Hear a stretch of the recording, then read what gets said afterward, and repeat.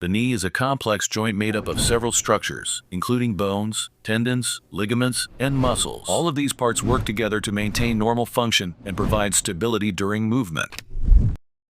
Bones.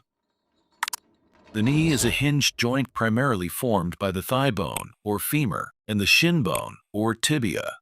At the end of the femur are two rounded structures called the femoral condyles. These connect with the flat top surface of the tibia, known as the tibial plateau. The inner part is called the medial tibial plateau, and the outer part is the lateral tibial plateau. The femoral condyles also create a groove at the front of the knee called the patellofemoral groove.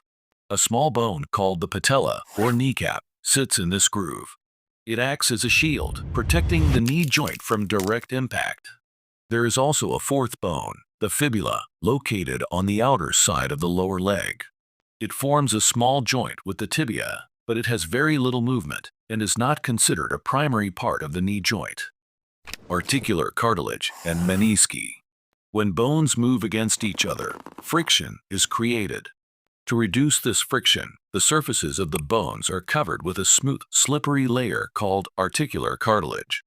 This cartilage covers the femoral condyles, the tibial plateau, and the back of the patella, allowing the joint to move easily.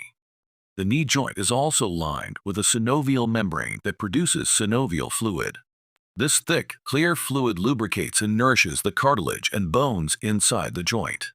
Between the femur and tibia are two C-shaped structures called menisci. These act as shock absorbers and help distribute body weight evenly across the joint.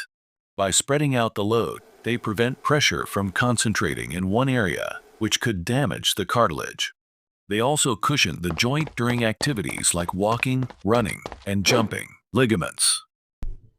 Ligaments are strong bands of tissue that connect bones to each other.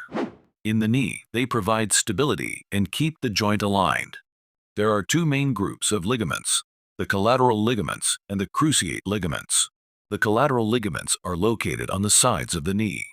They prevent excessive side-to-side movement. The ligament on the inside is called the medial collateral ligament, or MCL, and the one on the outside is the lateral collateral ligament, or LCL.